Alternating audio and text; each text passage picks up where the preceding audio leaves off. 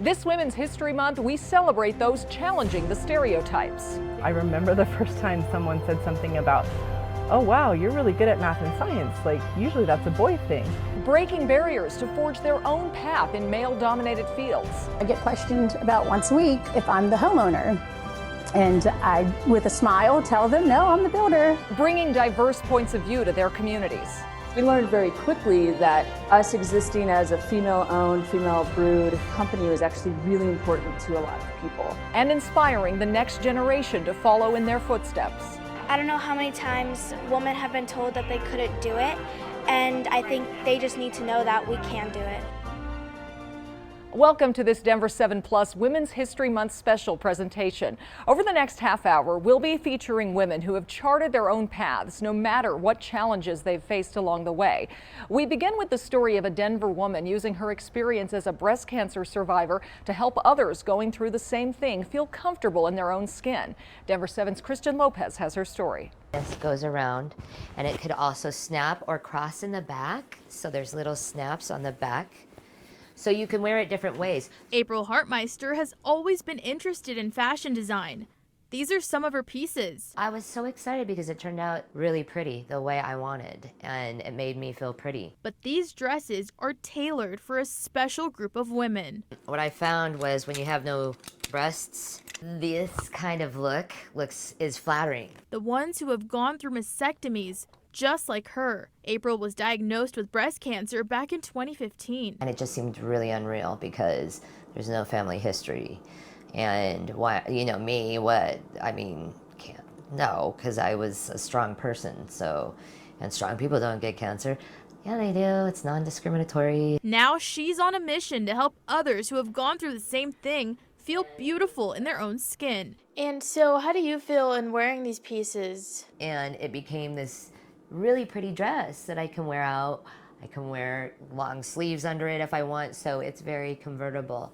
And I feel that is something that can really help when you're feeling not so whole. April says she plans to keep working on these designs and will be launching her clothing line Nantas by the end of the year. And her message to the strong women who have dealt with this disease is this. This is you, and this is beautiful. You're not broken. And the breast cancer, if nothing else, is your monument to live. For now, April is going to continue working on her designs here at her studio, and she hopes to launch her clothing line by the end of the year. Reporting in Denver, I'm Kristen Lopez, Denver7. Sometimes all you need to start a business is a little support. It's really what was needed to make sure that not only folks are able to have this opportunity, but that they have the know-how in a very fundamental format. Everything you need to know to run your business, you're going to learn in this 8 weeks.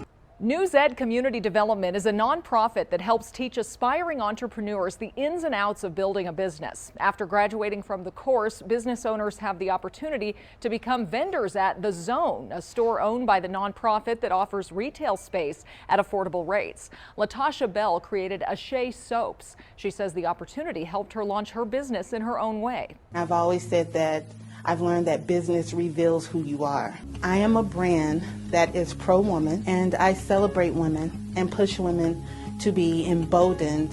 If you'd like to see what The Zone and its diverse group of entrepreneurs has to offer, you can stop by the store at 725 Santa Fe Drive. It's open Friday and Saturday.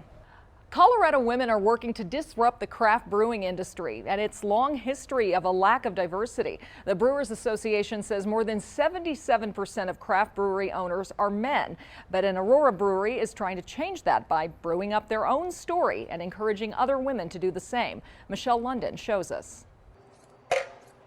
Unique lager blends on tap to end a long workday. A little sassy. Part of what draws customers in to Lady Justice Brewery. We run the range. Right now we have a really fun Pride beers, our seltzer or our sour beer. We tend to do pale ales. Betsy Lay, our boiled kettle. owner and head brewer, says it's the welcoming and inclusive atmosphere that keeps the regulars coming back. But pouring into the community is its main mission. We donate a majority of our profits over cost to nonprofits in Colorado that work with women and girls. The brew barrels inside, named after 7 Lady Supreme Court justices. And then these 2 are named after our moms. Just one clue of what sets this brewery apart from the rest. We're also all female-owned, female-founded. Betsy makes up 1/3 of this women-owned crew here in Denver.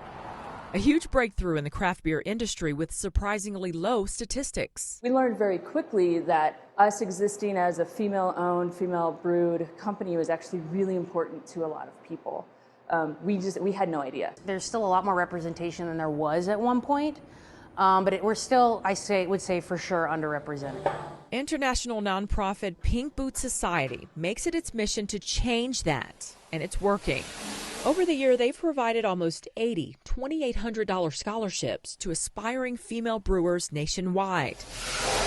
The reason Emily Stewart-Masqua, senior brewer at Blue Moon, recognized the benefit Pink Boots Society can make in cities across the country. Creating space and where females are able to freely express themselves, maybe in an environment that they don't necessarily get at their normal jobs. With their boots-to-the-ground approach, they raise scholarship money through fundraisers, helping to provide startup money and coaching, all things that wouldn't be affordable on a brewer's salary. They know how important offering these scholarships to people who normally wouldn't have access to these things. Currently at more than 2,400 members strong, Pink Boots offers that access to women brewers in 32 different countries, including the U.S. with chapters in all of these states. A scholarship from the Pink Boots Society is exactly what helped Betsy and her team open doors to Lady Justice back in 2020.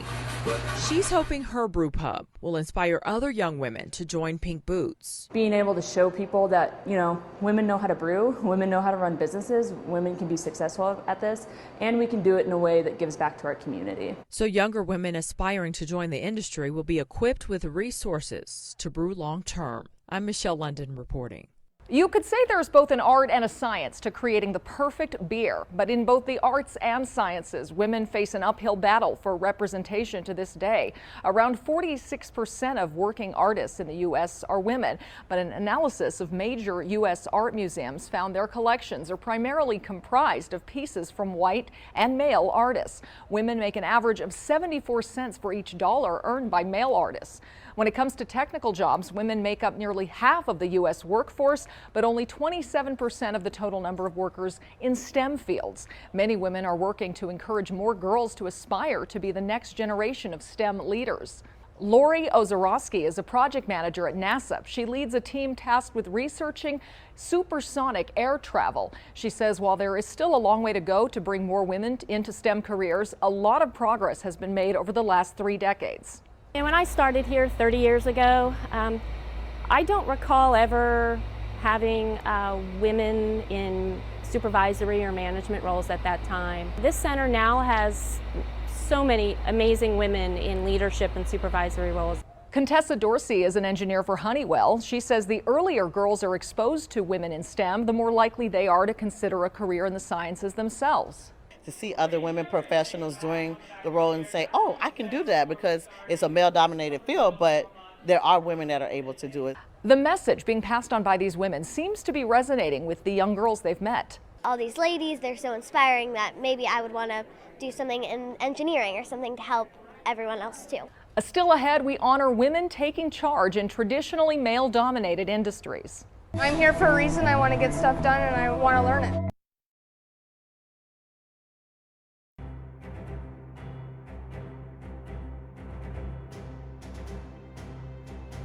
Welcome back. For a long time in America, welding and manufacturing was viewed as men's work. But all that changed during World War II.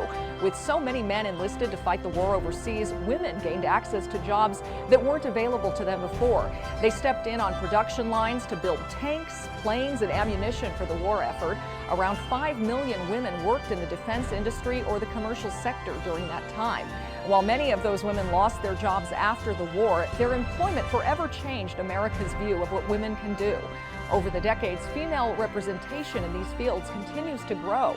Nowadays, technical schools are turning toward women to help fill a shortage of skilled workers. I spoke with a pair of Colorado women charting their own career path. It's about patience and precision. It is a lot of paying attention to what you're doing because you're obviously playing with fire. Skills that aren't specific to any gender. I'm here for a reason. I want to get stuff done and I want to learn it. Yet Aria Stedman is one of just 2 females in her welding course at Aurora's Pickens Technical College. There's one more girl here in this afternoon class, yes. Over in the school's auto shop, Courtney Galt also stands out. It was noticeable, but I realized, hey, maybe I have a chance to show some of these boys up, show that I can be as good as them. The work is physically demanding, but young women who have risen to the challenge are finding career opportunities galore. I started out of my garage doing it on my own and built up that customer base. I have a lift now, which is great. Pickens graduate Generosity Laws runs her own business, while welding program grad Kendra Lewis just became a foreman. At under 30 and female, she's blasting through that glass ceiling. I did not think that 4 years out of school I was going to be a foreman. That's just not something that I thought. But she put that self-doubt aside, and now as an advisor at Pickens, Kendra says there's no reason women shouldn't be part of this evolving field. We have amazing technology in the industry right now. We have robot welders. We have a crazy amount of computer technology that's coming in. Just because it's hard, just because you have to be strong doesn't mean you can't do it. It doesn't mean you can't find better ways to do it either. Industries opening doors to any student with the drive. I'm hoping to eventually become a master technician in automotive. I do see this as something that I could possibly make a career out of. And I wish more women would do it, and I hope to inspire more women to come in here and go at it with the boys. Welding and manufacturing are far from the only sectors becoming more diversified. Here's a look at some women breaking barriers in other male-dominated industries. There are more than 7 million construction workers in the U.S. Women only make up 10% of workers in the construction industry, and for women working on job sites, that number goes down to just 3%. Kate Eames manages dozens of large-scale construction projects every year, and she visits schools in hopes of inspiring more young girls to get into the industry. A lot of women lead with their heart, lead with empathy, and are great listeners and pay attention to details.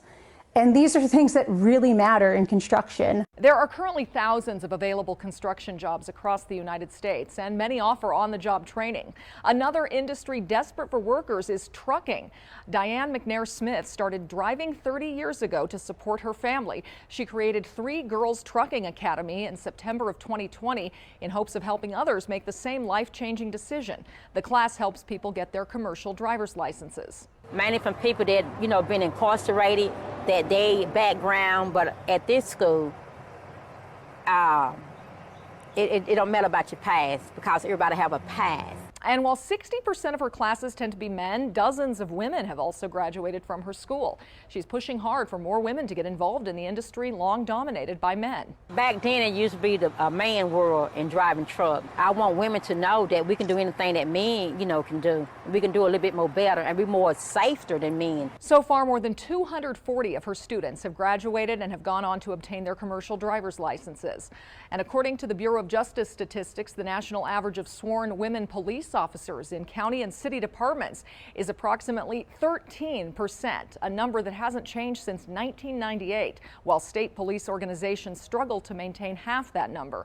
Female police officers say they have a unique point of view when it comes to doing their job. I think we have a different perspective than the males. We can relate when we go out on complaints, especially with male-females. According to a Journal of Criminal Justice study, women officers are less likely than men to use force, while male officers are significantly more likely than women to engage in police misconduct. In agriculture, they will always have a career and a way to help their community while they help themselves. Creating opportunities in agriculture. After the break, the Colorado company aiming to change the demographic landscape of farming and producing.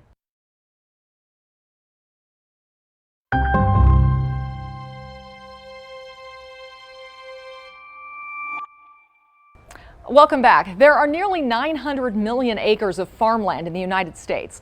Severely underrepresented in this major industry, though, are black farmers and producers. Let's take a look at the numbers. Black farmers and producers make up about 1.5% of the 3.4 million in the country, according to a 2017 report by the U.S. Department of Agriculture. Here in Colorado, USDA data shows there are nearly 39,000 farms, but only 111 of them are employing a black producer, and of those, only 27 have a black woman producer. An Aurora-based company is part of the push to close these gaps through education and creating equitable opportunities for future generations. Here's Elizabeth Ruiz. Yeah, we have plants for tomatoes, basil, carrots, beets, radish. Robin Swinger Otey, who goes by Sista Otey, is prepping her urban community garden for growing season. Oh yeah, we welcome the snow. We need the moisture. We have to get the moisture. She is a Black Indigenous woman who is a professional garden coach. These two are apples. She's been in the farming industry for 2 decades. I was diagnosed with severe clinical depression, and I'm a super nerd.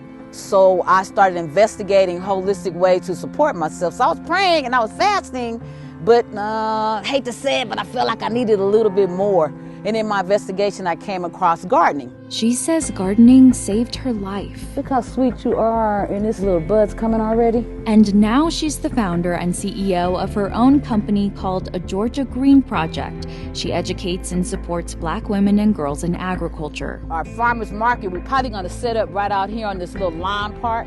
Women of color, I'll say we have a special resiliency, just a lived experience that no other woman can bring. You know, representation matters, sounds cliche, but it's true. Women of color like Sista Otey are having an impact on the agriculture industry, but they are rarely recognized. Dr. Tammy Gray Steele is trying to change that. She's the founder and executive director of National Women in Agriculture Association. Her family has owned farmland since 1863. We have the initial 40 acres that was provided through Emancipation Proclamation, the 40 acres in the mule. Now they own more than 2,600 acres in rural Oklahoma, and Gray Steele has held other national roles like a USDA advisory councilwoman appointed by the former Obama administration. She is determined to grow character, health, and income from the ground up. A lot of the underserved minority communities, they don't have access to locally grown foods, nor do they have access to sustainable income revenue through agriculture, because no one has taught them or given them the opportunity. According to USDA agriculture census data from 2017, only 1.4% of farmers in the U.S. are Black. Less than a third of that are women. Gray Steele says that number can grow, and Black communities can be elevated if minority women farmers are given the right attention and resources. Part of our mission is to save and educate our children through agriculture, providing them with equal sustainable opportunities as Caucasian children. To make that happen, her organization is asking President Biden to sign an executive order that would charter National Women in Agriculture Association, giving them the opportunity to receive a steady stream of funding. Make us the first legislatively chartered Black organization in American history. She says the initiative has bipartisan support because she is confident her association can help all children to have equitable opportunity in the agriculture industry. Our children are usually taught how to be athletes or either entertainers. Those are not sustainable careers, and not all children make it. But in agriculture, they will always have a career and a way to help their community while they help themselves. Take this girl out of here. She plays no games. Sista Otey says farming can help reduce stress, prevents food insecurity, it can be a source of income, and it encourages people to eat healthy, which prevents diseases like diabetes. She's spreading the good news to younger generations because she says their babies come first. And that's why women in agriculture matter, because we're always going to put the people first. I'm going to say it's a woman thing. I'm Elizabeth Ruiz reporting. A Colorado pioneer whose story continues to inspire. The incredible tale of how Rattlesnake Kate earned her nickname.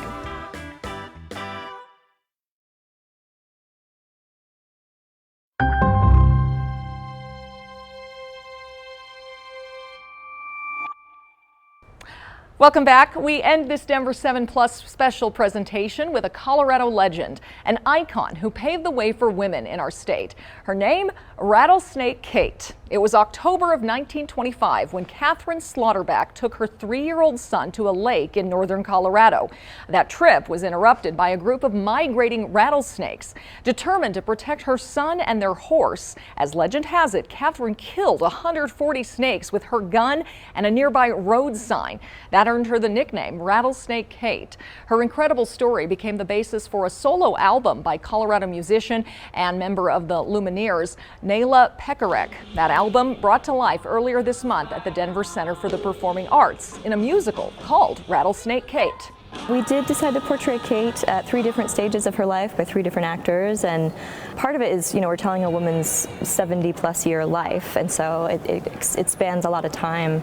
But also, I think, as women are, she was very dynamic, and it's really cool to bring 3 different women from totally different backgrounds to portray her, and they kind of bring their own story to the stage as they tell her story. Its creators say the retelling of Rattlesnake Kate not only sets out to inspire and empower women, but it highlights a rich part of Colorado's history. Thank you for joining us for this Denver7 special presentation. For more stories of women taking charge and creating their own path in life, go to thedenverchannel.com. I'm Nicole Brady. Have a great day.